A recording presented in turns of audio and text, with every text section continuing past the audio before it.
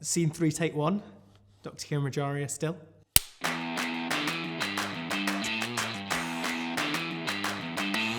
The numbers you read online about how much doctors earn can sometimes be misleading and incorrect. Now, I remember reading these numbers and then seeing my first paycheck as a doctor and realizing that I was earning quite a bit more than this.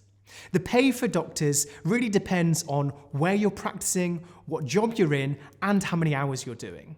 In terms of where you are, if you're in London, you get paid a bonus because the cost of living there is higher. And also if you're working a night shift, you get a supplementary extra bit of pay because this is an out of hours shift.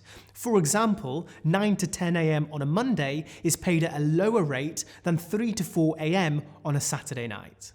Jobs that tend to pay less are jobs where you're only working 9 to 5. There's 2 reasons for this. First of all, it's because practically you're actually working less hours than if you were on a full rota. And secondly, you're doing fewer out-of-hours shifts. So you're not doing the evenings, you're not doing the weekends, and those are the shifts that are actually paid at a higher rate.